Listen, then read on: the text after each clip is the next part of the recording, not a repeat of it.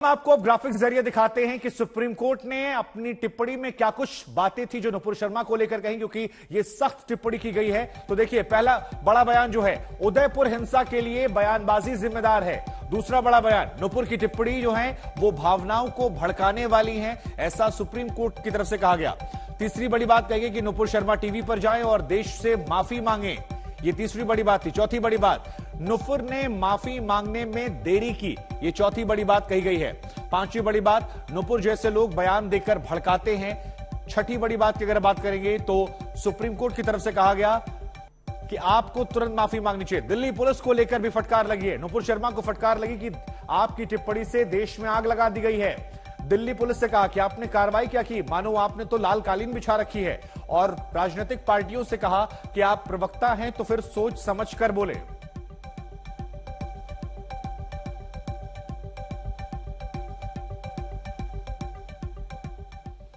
अनीशा माथुर हमारी संवाददाता इस खबर पर हमारे साथ जुड़ रही हैं। अनीशा, सुप्रीम कोर्ट तो नुपुर शर्मा गई थी राहत के लिए, लेकिन जो वहां से टिप्पणियां आई हैं वो काफी ज्यादा सख्त है। पॉलिटिशियंस के लिए, टीवी एंकर्स के लिए भी एक दो उन्होंने टिप्पणियां की है, और इसके अलावा नुपुर शर्मा को लेकर, दिल्ली पुलिस को लेकर सख्त टिप्पणियां की गई है। बहुत ही क्लियर संदेश है। जी हाँ शुभांकर, इस वक्त जो सुप्रीम कोर्ट की टिप्पणियां आई हैं और जो बात है कि नुपुर शर्मा सुप्रीम कोर्ट आई थी ये कहने के लिए कि उनके खिलाफ कई राज्यों में कई एफआईआर हुई हैं और उन सभी एफआईआर को क्लब करके दिल्ली में शिफ्ट किया जाए, उस याचिका पर उनको कोई रिलीफ नहीं मिली है। उल्टा सुप्रीम कोर्ट से डांट यही पड़ी है कि आप इस तरह की याचिका लगाकर ऐसा दिखा रही हैं कि आपको ताकत का नशा है। आप मैजिस्ट्रेट के सामने नहीं गई अपनी सुनवाई के लिए, आप हाईकोर्ट नहीं गई सुनवाई के लिए, आप सीधे यहाँ आई हैं। दूसरी बात कोर्ट ने जो पुलिस को कही है, और ये सिर्फ दिल्ली पुलिस नहीं, सभी राज्यों की पुलिस से यही सवाल हुआ है, उठाया गया है कि जब इतनी एफआईआर हैं तो उनके खिलाफ एक उंगली भी नहीं उठाई गई है अभी तक। जबकि जो दूसरे लोग हैं जिनके खिलाफ नुपुर शर्मा ने कंप्लेन की है कि उनको लोगों ने थ्रेटन किया है, उन लोगों को अरेस्ट कर लिया गया है। तो ऐसा क्यों किया जा रहा है पुलिस के द्वारा, ये भी कोर्ट ने सवाल पूछा है कि जब इनकी टिप्पणी की वजह से इतनी सारी एफआईआर है तो इनके खिलाफ कोई कार्रवाई क्यों नहीं की गई। और सबसे बड़ी बात, जैसे हमने हेडलाइन में भी दिखाया है, नुपुर शर्मा के खिलाफ कोर्ट ने साफ टिप्पणी ये की है कि आपके भड़काऊ भाषण की वजह से देश का माहौल खराब हुआ है, आपके भाषण की वजह से उदयपुर में जो कांड हुआ है उसको भड़काव मिला, उसको प्रोवोकेशन मिला, और आपने आज तक भी जाकर किसी टीवी चैनल पर जाकर माफी नहीं मांगी है। नुपुर शर्मा के वकील ने जब ये कहा कि नहीं, नुपुर शर्मा ने जाकर ये कहा है कि मैं अपनी टिप्पणी को विड्रॉ कर रही हूं, मैं अपने भाषण को विड्रॉ कर रही हूं, तो कोर्ट ने उसको भी नहीं माना। कोर्ट ने ये कहा कि आपने कंडीशनल माफी मांगी है, आपने ये कहा है कि अगर कोई आहत हुआ है तो इसके लिए मैं माफी मांगती हूँ। आपने जाकर सीधी तरह से ये नहीं कहा कि जो मैंने कहा वो गलत था और उसके लिए मैं बिना किसी शर्त, बिना किसी कंडीशन के माफी मांग रही हूँ, और इसलिए कोर्ट ने ये कहा है कि ये हमें मंजूर नहीं है। मैं आपके पास अनीशा आ रहा हूं, लेकिन एक बड़ी खबर इस वक्त आ रही है, एक बार फिर हम वो बता दें, फिर आपके पास हम लौटते हैं। देखिए, सायरन बजा है, नुपुर शर्मा की अर्जी जो है वो सुप्रीम कोर्ट में खारिज हो गई है। बड़ी जानकारियां लगातार अनीशा और आज तक के जरिए हम आपको लगातार दे रहे हैं। नुपुर शर्मा की अर्जी जो है सुप्रीम कोर्ट में खारिज हो गई है, ये बड़ी बात निकलकर सामने आई है। और सभी केस की दिल्ली में 7 सुनवाई की अर्जी जो थी वो खारिज हो गई। इसी बात को लेकर कहा कि आप हाईकोर्ट नहीं गई, जिला मजिस्ट्रेट के पास नहीं गई, सीधे आप सुप्रीम कोर्ट आई हैं। ऐसा लगता है कि मानो सत्ता की ताकत का जो नशा है वो आपके दिमाग पर हावी हो गया है।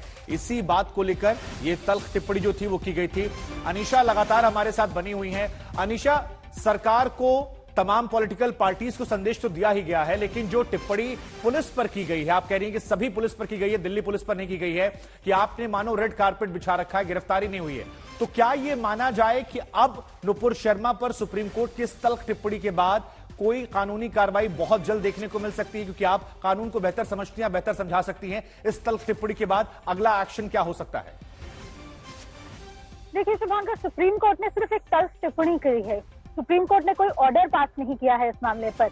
अभी हमें यह देखना होगा कि जो उनका रिटन ऑर्डर कोर्ट का आता है, अगर उसमें सुप्रीम कोर्ट अपनी टिप्पणी को रिपीट करता है तब तो फिर ये बात उठेगी कि कोर्ट ने इतनी बड़ी टिप्पणी कर दी और फिर भी कोई कार्रवाई नहीं की गई। लेकिन अभी भी ये सवाल पुलिस सबके ऊपर उठता है। सिर्फ दिल्ली पुलिस ही नहीं, अनेक राज्यों की पुलिस जहां पर ये एफआईआर फाइल हुई है कि नुपुर शर्मा को अरेस्ट करने की बात पर या उनको समन करके क्वेश्चनिंग करने की बात पर कोई एक्शन क्यों नहीं लिया गया है। और कोर्ट ने यही सवाल इस वक्त ये किया है। अब अगर आप देखें तो ये जो गुजरात कांड में तीस्ता सेतलवाद वाला जो मैटर था, उसमें भी कोर्ट ने अपने ऑर्डर में तल्ख टिप्पणी की थी कि इन लोगों ने गलत किया है, इन लोगों ने झूठ बोला है, तो इनके खिलाफ कोई एक्शन क्यों नहीं लिया गया। उस टिप्पणी के कुछ ही घंटों बाद अगले दिन ही तीस्ता सेतलवाद को अरेस्ट कर लिया गया।